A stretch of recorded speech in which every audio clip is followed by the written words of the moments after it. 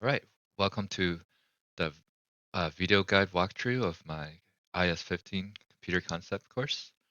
So this is my Canvas page, and hopefully you have used Canvas before. If not, I'll go ahead and try to walk you through the in and outs of it, specifically through how my course is laid out. So this is the home page, and you can find my email information right here, and also the student learning outcomes of IS-15. Um, and here you can find the Zoom link, but please message me ahead before joining. I share a office with another instructor, so I would have to get my headset all connected and ready to go. So just please message me so I can get that ready. And here you can find other important course resources, um, such as tech support and student services, and also the syllabus. So below that, you can see a link to buy, connect, and SimNet from the bookstore. And then below that, you can see the link to access the course modules.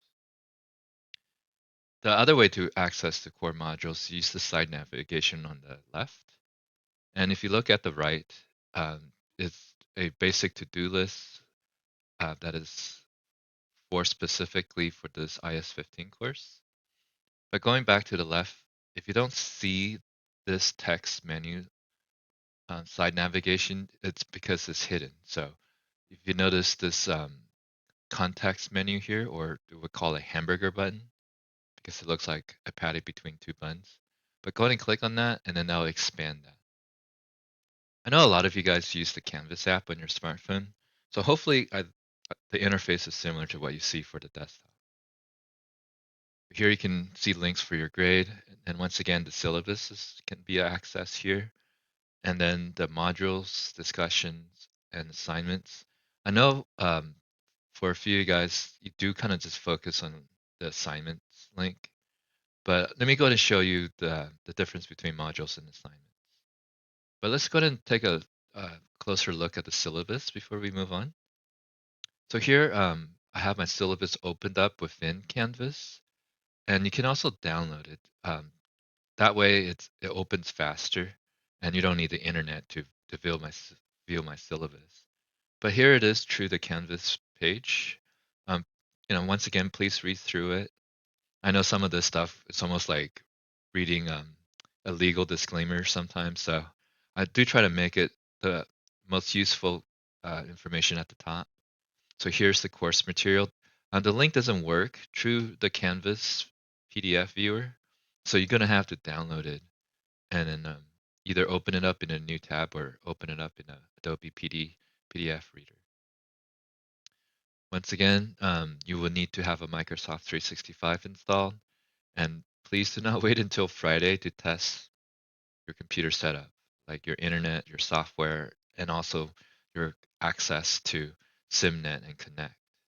Here's some more detailed contact information for my office number, my cell phone. If you do try to reach me through my cell phone, please text me first. Otherwise, I think you're a spammer. Okay. And besides that Zoom link, which I'm usually available from 2 to 3 on Thursdays for open Zoom group session, meaning you don't have to schedule it prior that time. Um, I am generally available to meet on Zoom on Thursday from 2 to 3. However, some of you guys that you work, you have other classes, and you have other responsibilities. I'm still open to meet with you outside of those normal office hours. Just message me either through Canvas inbox or your school email, and I'll try to figure out what's a good time. Um, Here are some important drop dates, important due dates. Please remember um, the first week assignment for the discussion and the syllabus, they're due on at 3 p.m. on Friday, March 28th. Okay. They don't take that much time to do. So please be aware of that and get those done, because if you don't, I see that as you're not attending um, the class. So I will drop you by the 28th unless you let me know and kind of explain why you couldn't get those things done. And then I'm more than willing to work with you to extend the deadline to so that you can get it completed within your as soon as possible, basically. Here are the points and percentages. So the grading scale is just like 1% lower than the standard, right? The standard is 100 to 90. Mine is just 89 to 100. That way, it gives you a 1% cushion for rounding. So I don't need to like argue with you like, you know, 89 should be good enough for you for an A. Now here's the most important part, I guess, for most of you. I should have put this at the top, but the way it flows, it comes down to this, where this is the class schedule. So for our first week, we're gonna just focus on orientation and setup, but just be aware, every week does have two projects, and they're just due on Sunday at 11:59 p.m. But if you notice, there's always going to be a discussion every week. There's going to be a quiz every week, except for week 4, which so happens to be spring break. Um, I'm going to be traveling in Grand Canyon, so I don't want to be grading your papers during that time. So I'm sure you guys have some plans for that week as well. So yeah, so take that time to relax, recharge, and we'll come back with our assignments the week after. Okay. Just read about online course expectations. This is basically like a disclaimer. Accommodations. Just let me know if you need any. And here's cheating.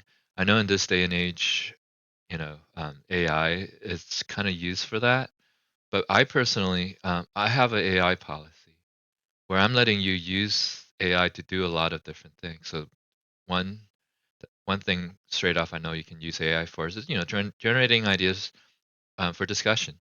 You can also use AI as a grammar checker. It's almost like I think a free Grammarly. Um, you may use AI tools to study for midterm exams. I'm not going to have any of that actually.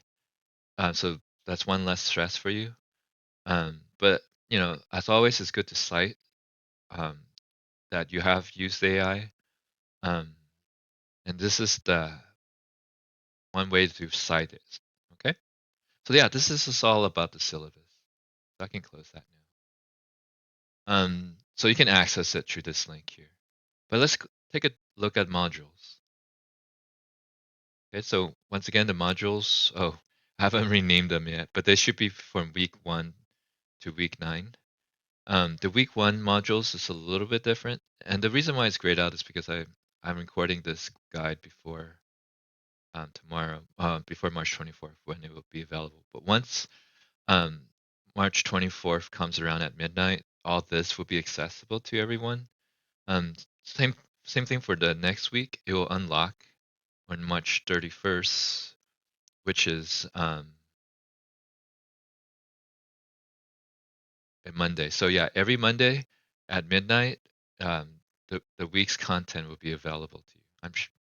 Not sure if you guys are staying until midnight to access my modules, but that's the time will be available. So um, let's go ahead and take a look at assignments.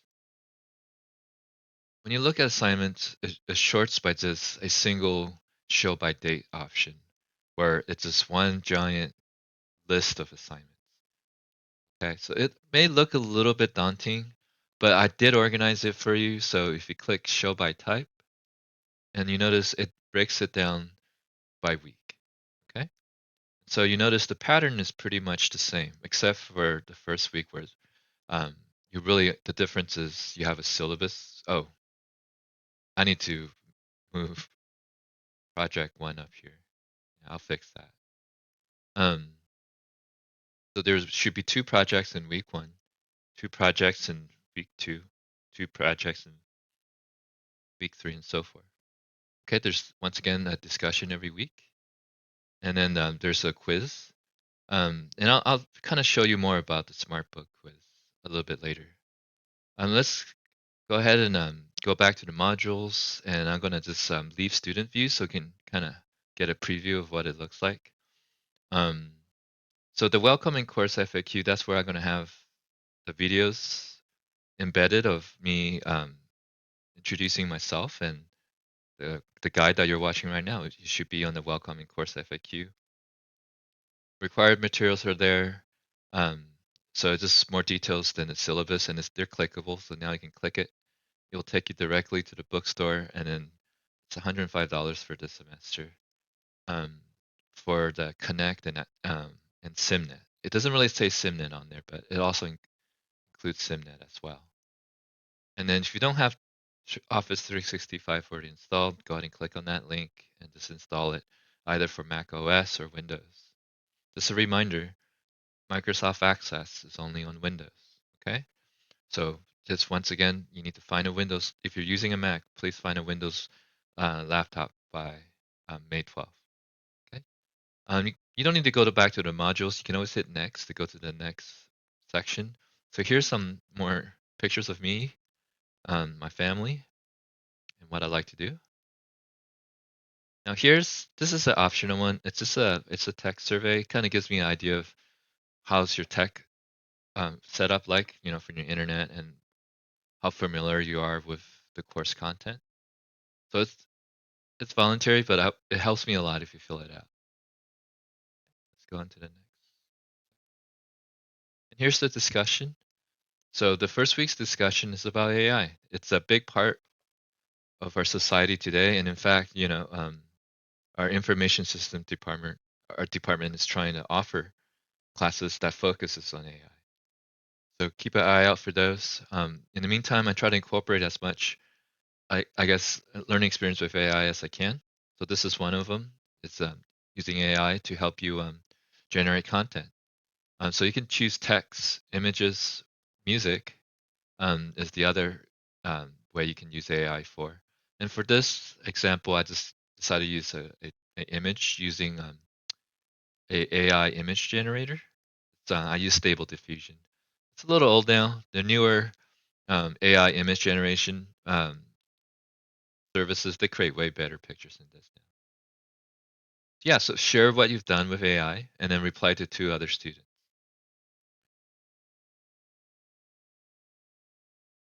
Here's a quiz. It's a simple 5-question quiz. Um, and it's a true false. And I can tell you the first one, I can give you the answer for the first one. Windows devices required to complete the Microsoft Access project. Other devices like MacBooks or Chromebooks are not compatible. It's true. Okay. Um, so the rest is just as easy if you read the syllabus or watch the video. Okay. Right. So let me go back to the modules.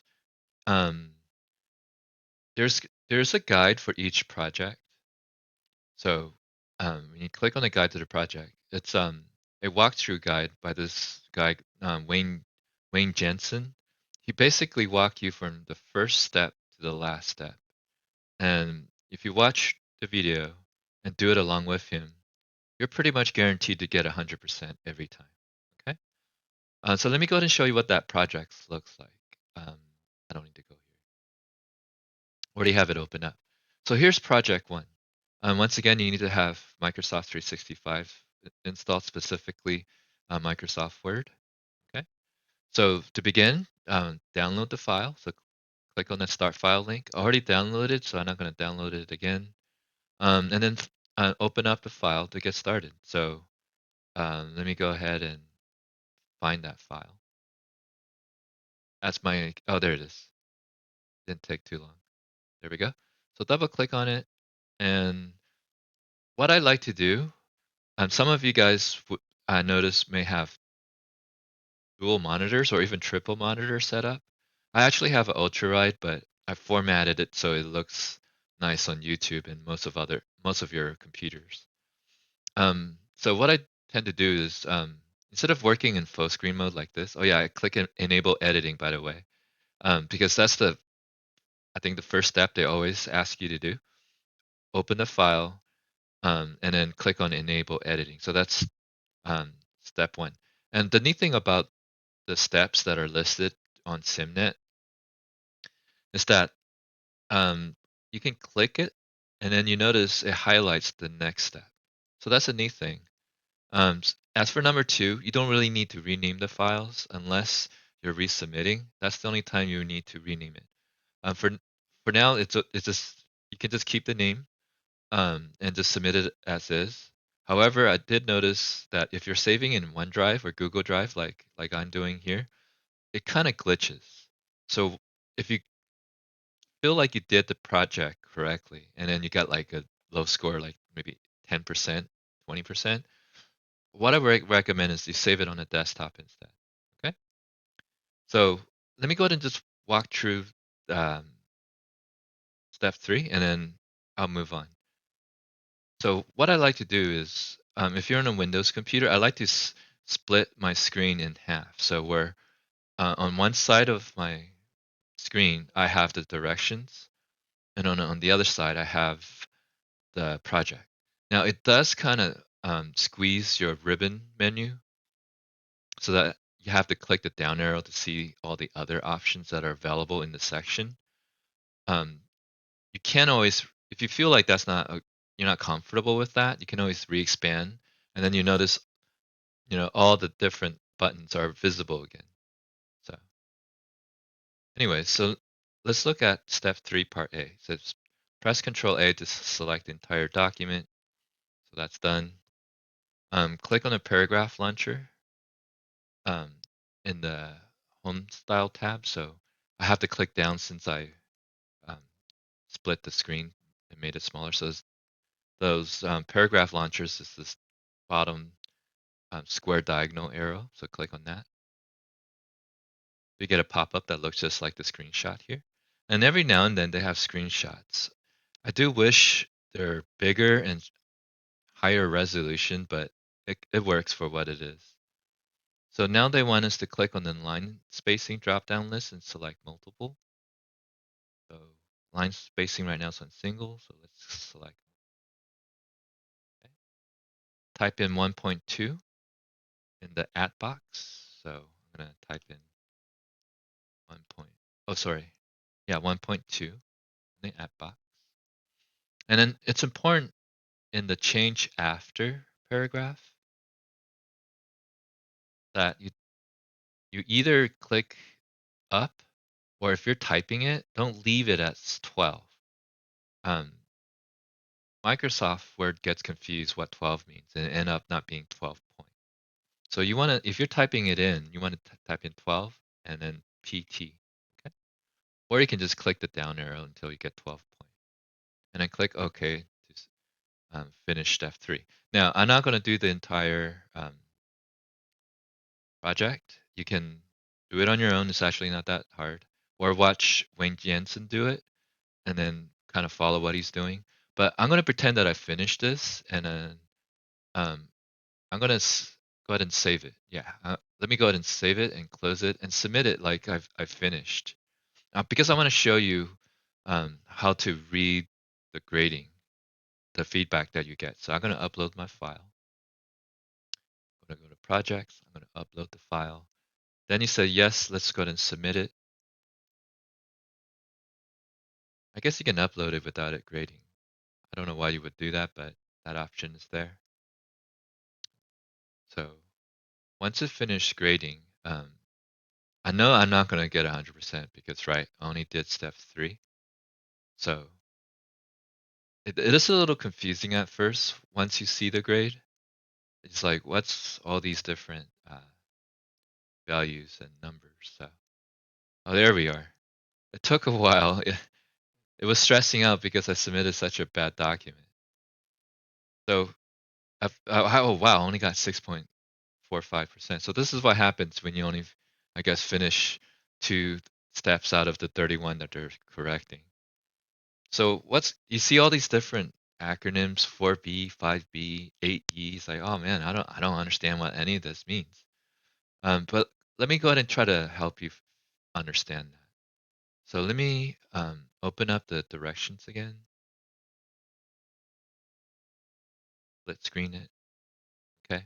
So you notice I did 1 of 3, and you notice there's no 1 or 3 there, right?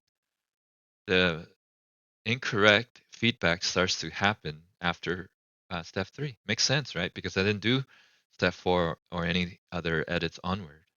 So what these numbers mean is that's where the incorrect steps are. So This is step 4, step 5, down here, step 16, all the way down here. Okay? So hopefully this starts to make a little bit more sense to you, how the feedback works with SimNet. So let's go to step 4. You can expand it by clicking on this arrow, or a greater than sign. If you click on it, you notice, oh, it has additional feedback. It's 4.b. Um, so you notice it didn't check for this shelled hide because that's not a big deal. But it did check for this, for B. Sorry. Delete the extra blank line between each paragraph, including the blank line after the title. Okay, so that's what 4B is. So if I click on that, go back here. Yeah. So there's supposed to be some extra paragraph marks here that you should delete, but I didn't. So yeah, this is how you read the feedback. Okay, so it's good to expand it. Here, 5B, it says change the font to Cambria. And then here it says, hey, the paragraph starting with text SPCCD does not have Cambria font, and all right, and all the following paragraphs, they don't have Cambria font either. So that's what it means here.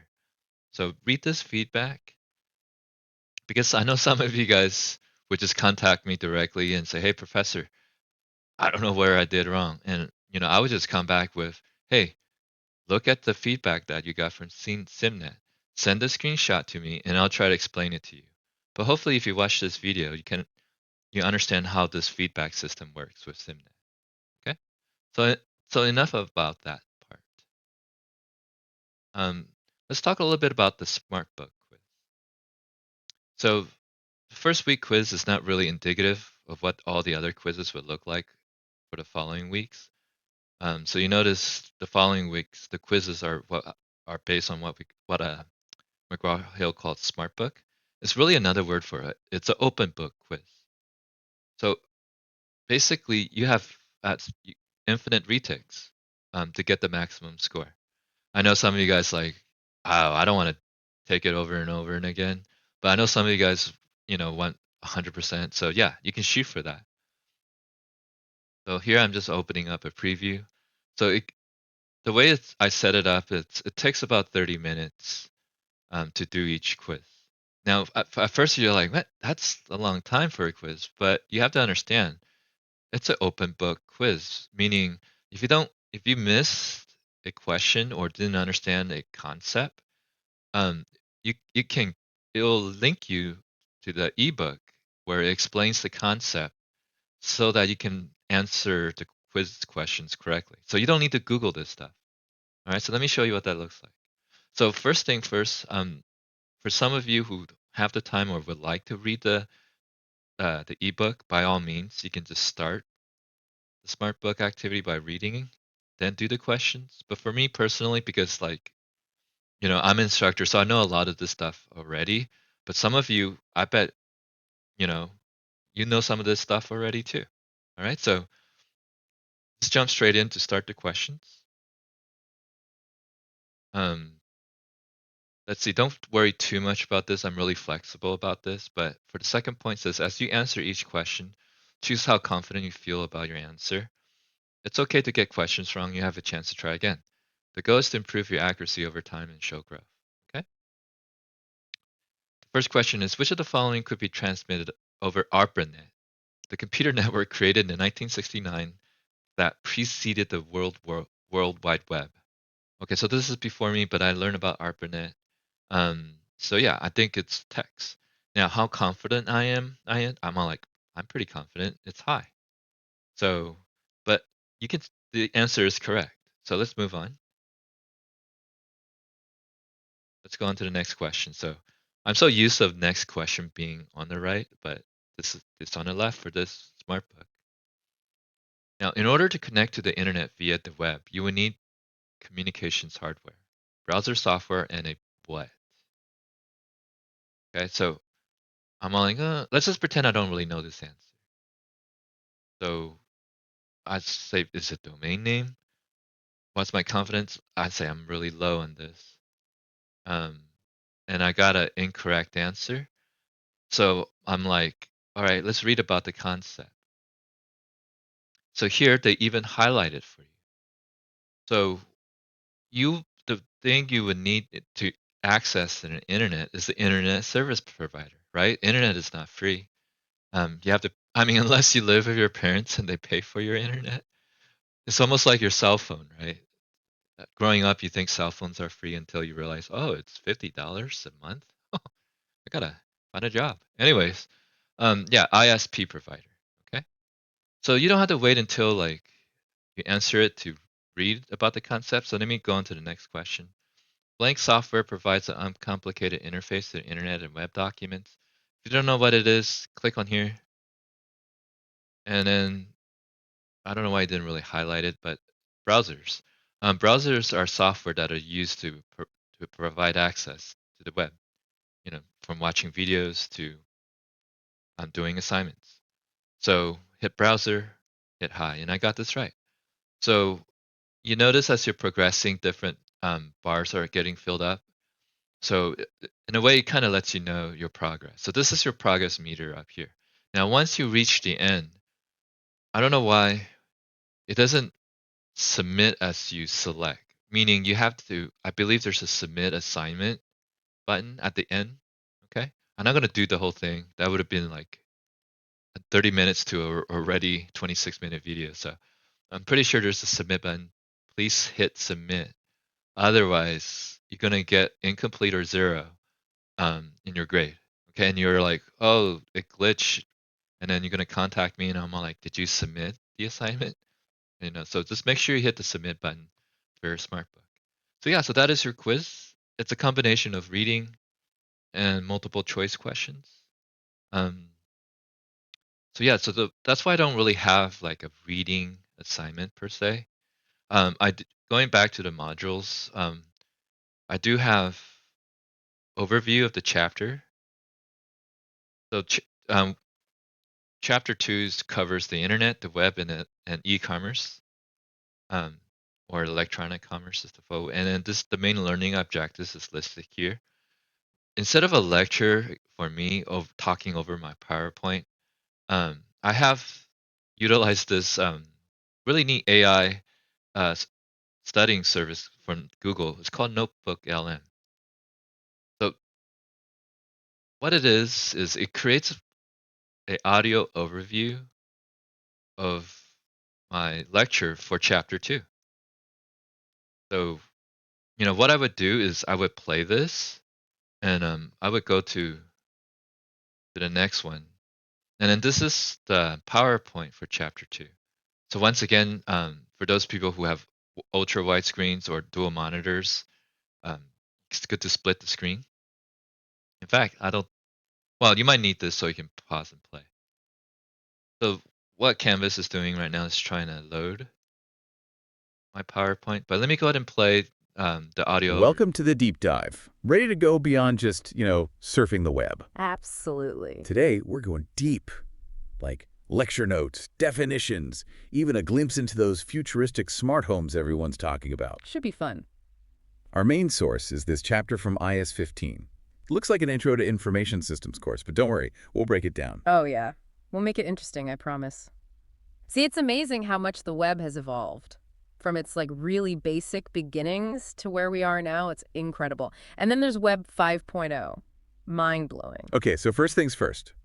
The source, it makes this clear distinction between the internet and the web, which a lot of people get confused, right? All the time. But they're totally different things. Yeah, it's like, think of it this way. The internet is the highway system, right? All those roads connecting everything. And the web.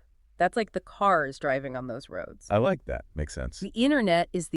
Isn't that neat? It's basically a podcast with two people, and they're just talking back and forth about chapter two.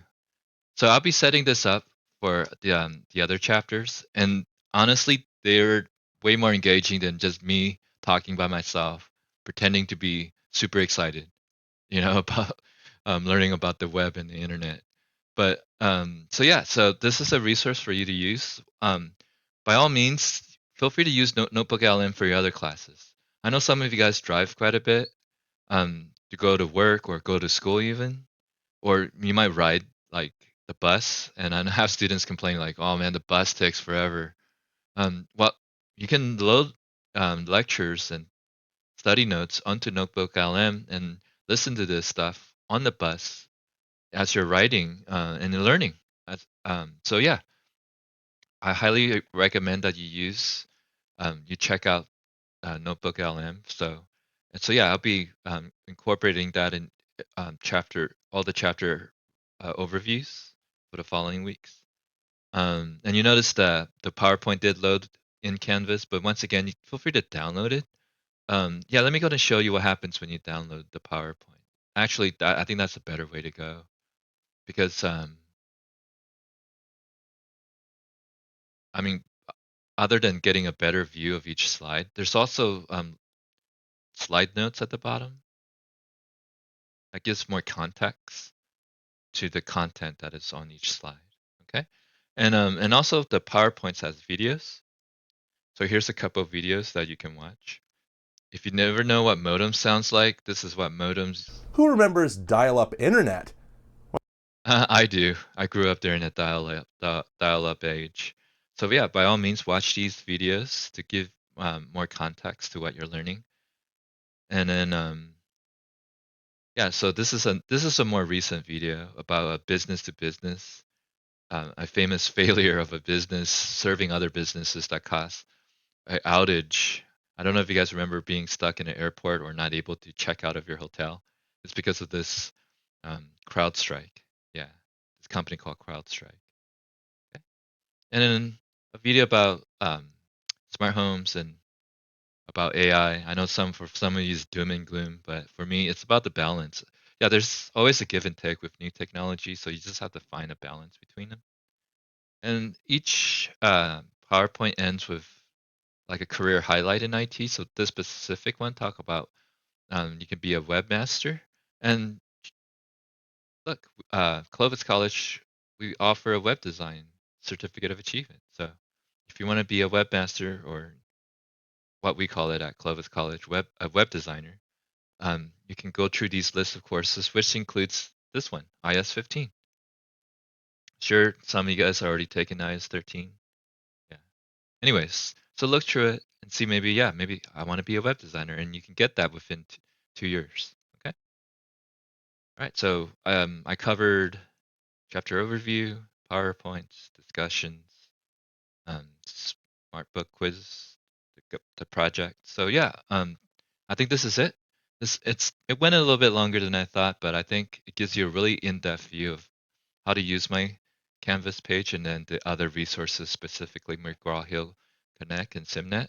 Um, all right, so thank you for watching and good luck, and I'll hopefully see you around online.